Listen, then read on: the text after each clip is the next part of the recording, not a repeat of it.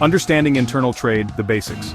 Internal trade is a very important concept in business studies. It simply means the buying and selling of goods and services. This activity happens within the geographical boundaries of a single country, so all the transactions take place inside one nation. It is also known by other names. You might hear it called domestic trade or home trade.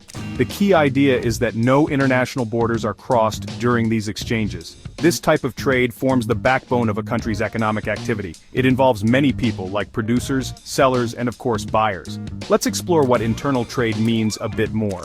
When goods are traded internally, no customs duties or import taxes are usually involved. These taxes often apply to goods coming from other countries. The absence of these taxes can make products more affordable for consumers. All payments in internal trade are made using the country's own currency. For instance, in India, all such trade uses the Indian rupee. This makes financial dealings much simpler and straightforward for everyone involved. Businesses also operate under the laws of their own nation, which provides a stable and familiar legal setting. You can see examples of internal trade all around you every single day. Think about when you visit your local grocery store. You buy items like milk, bread, or eggs there. This is a perfect example of internal trade. Or perhaps you decide to purchase a new pair of shoes from a shop in your city. That transaction is also part of internal trade. Even when your family orders food online from a restaurant nearby, it's participating in this form of commerce. Buying fresh fruits or vegetables from a street vendor on your way home is another common instance. These daily activities are all components of internal trade. Internal trade plays a crucial role in any economy. It helps goods and services to be exchanged efficiently across different parts of a country. This ensures that products manufactured in one region can reach consumers living in other regions. Such availability of goods is essential for meeting people's daily needs and wants. Moreover, internal trade significantly contributes to the economic development of a nation. It creates numerous employment opportunities for citizens. It also supports the growth of various industries and businesses, fostering overall prosperity and development within the country. Now let's talk about wholesale trade. Wholesale trade is a major part of internal trade. It involves buying goods in large quantities directly from manufacturers or producers. Wholesalers then sell these goods in smaller quantities to other businesses, mainly retailers. They do not usually sell directly to the final consumers. Think of wholesalers as important intermediaries. They form a vital link in the chain of distribution. They connect the people who make the goods with the people who sell them to us. This role is very important for the smooth flow of products in the market. Wholesale trade has several distinct features. Wholesalers generally specialize in a limited range of products.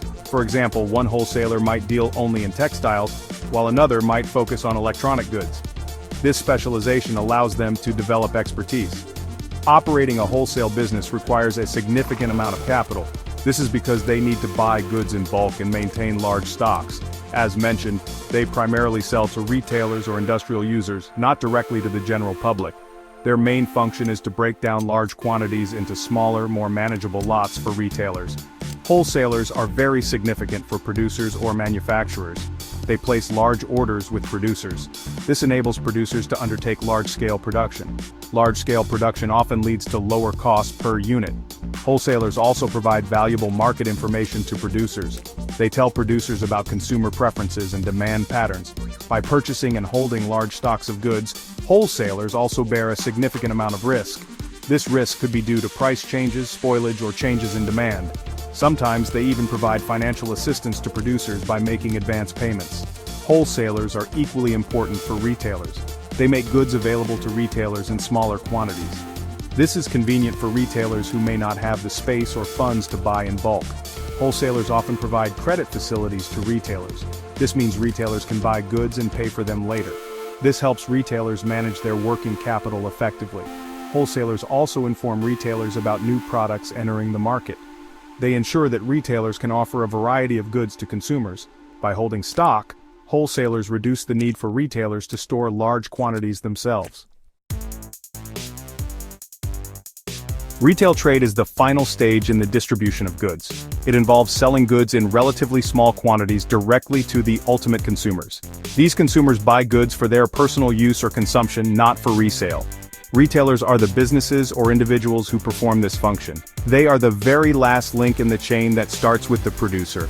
They act as a bridge between wholesalers, or sometimes directly producers, and the end users. When you buy a chocolate bar from a shop, you are participating in retail trade.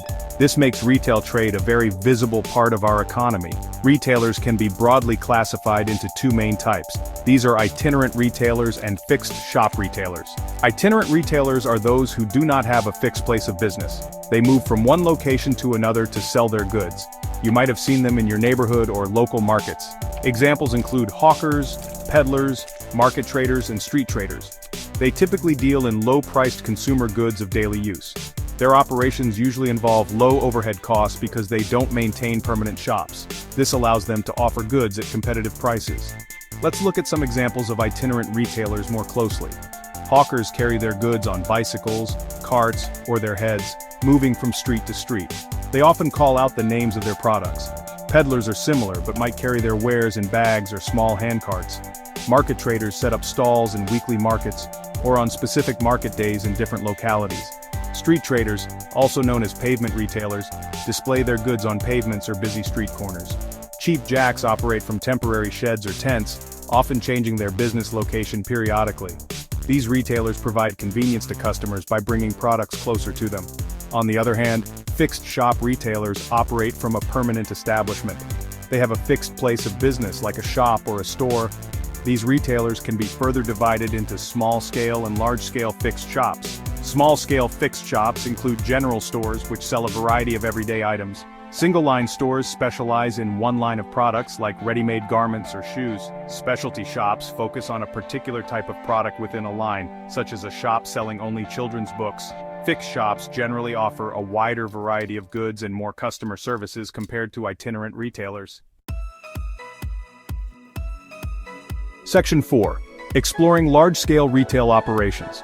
Beyond small shops, there are large-scale retail operations. These businesses conduct retail trade on a much bigger scale. They require a substantial amount of capital investment. This is needed for large premises, stocking a wide range of products and hiring many employees. Large-scale retailers aim to attract a large number of customers. They often offer a wide variety of goods and services under one roof or through a network of branches. Their purchasing power is also greater, allowing them to buy directly from manufacturers and offer competitive prices. These retailers have become very common in modern cities and towns. One prominent type of large-scale retail is the departmental store. A departmental store is a large retail establishment.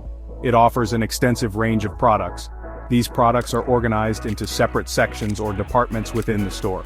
For example, you might find departments for clothing, electronics, furniture, cosmetics, and groceries. Each department operates almost like a separate shop, specializing in its line of goods. Departmental stores are usually located in central parts of cities. They aim to satisfy almost all the shopping needs of customers under one roof. They also provide various services like restaurants, restrooms, and home delivery. Another important type is chain stores, also known as multiple shops. Chain stores consist of a network of several retail shops. These shops are owned and operated by a single organization. They are typically located in different parts of a city, or even across the country. A key feature of chain stores is that all branches sell similar products. They also have identical shop layouts, designs, and pricing policies. Examples include fast food chains like McDonald's or shoe retailers like Bata. Buying is usually centralized for all branches, which leads to economies of scale. Management and control are also centralized. Supermarkets are also a very popular form of large-scale retail. A supermarket is a large, self-service retail store. It primarily sells groceries, fresh produce, meat, dairy products, and household items. Some supermarkets also offer a limited range of non-food items like clothing or small appliances. The main characteristics of supermarkets are low prices, a wide variety of goods, and high sales volume. They operate on the principle of self-service, where customers select goods themselves and pay at a checkout counter. This helps to keep operating costs low. Supermarkets emphasize convenience and one-stop shopping for everyday needs. Section 5. The Guiding Hand. Chambers of Commerce and Trade Associations. Businesses often come together to form organizations. These organizations help them promote and protect their common interests. Chambers of Commerce are one such type of organization. A Chamber of Commerce is a voluntary association of business people. This includes traders, industrialists, and professionals. They are usually formed to represent the business community of a specific region, city, or town. Their main goal is to foster a healthy business environment. They work towards the growth and development of trade and industry in their area. Membership is typically open to all types of businesses in that locality. Chambers of commerce perform many important functions for their members and the business community. They act as a representative body for businesses. They present the views and concerns of businesses to government authorities. This helps in shaping policies that are favorable to trade and industry. They also provide valuable information and advice to their members. This can include information on market trends, government regulations, and international trade opportunities. Chambers often promote trade by organizing trade fairs, exhibitions, and business delegations. They may also offer arbitration services to help settle commercial disputes among businesses. Furthermore, they sometimes issue certificates of origin for goods being exported. Similar to chambers of commerce, there are trade associations. Trade associations are also voluntary organizations of business firms. However, they are typically formed by businesses operating in a particular trade or industry. For example, there might be an association for textile manufacturers, another for software companies, or one for automobile dealers. The primary aim of a trade association is to promote and protect the specific interests of its member businesses within that particular industry. They focus on issues and challenges that are unique to their sector. This targeted approach allows them to address industry-specific needs more effectively. Trade associations carry out several key functions for their members. They often work to establish and maintain quality standards and codes of conduct for their industry. This helps to build trust and credibility. They may undertake research and development activities relevant to their industry. The findings can help members improve their products or processes. Trade associations actively lobby the government. They advocate for policies that support the growth and competitiveness of their specific trade. They also provide training programs and educational resources to their members. This helps to enhance skills and knowledge within the industry. Moreover, they play a role in resolving issues and disputes among their members. Section 6, GST, Simplifying Taxes in Internal Trade and Key Takeaways. A major development affecting internal trade in India has been the introduction of GST. GST stands for Goods and Services Tax. It is an indirect tax. This means it is not directly paid by consumers to the government, but is collected by businesses. GST is levied on the supply of most goods and services sold for domestic consumption. It was implemented to replace multiple indirect taxes that were previously levied by the central and state governments. Some of the taxes it replaced include excise duty, service tax, and VAT, or value-added tax. The core idea behind GST is one nation, one tax, one market. The primary purpose of introducing GST was to simplify India's indirect tax system. Before GST, there were many different taxes, each with its own rules and rates. This created a lot of complexity for businesses. GST aimed to create a unified tax structure. Another important goal was to eliminate the cascading effect of taxes. Cascading means tax on tax, where a product was taxed at multiple stages, increasing its final price. GST helps to avoid this. It also aims to create a common national market for goods and services. This makes it easier for businesses to operate across different states. Furthermore, GST seeks to increase tax compliance and transparency. The introduction of GST has had a significant impact on internal trade. One of the important benefits is the easier movement of goods across state borders.